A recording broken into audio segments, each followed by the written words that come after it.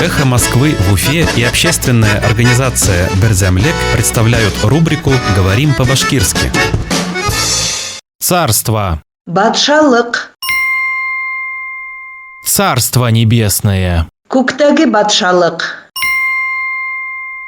Радий Хабиров призвал чиновников проводить корпоративы, когда наступит Царство небесное. Радий Хабиров түрәләргә корпоративтарды күктәге батшалык башлангас кына үткәрергә өндәне.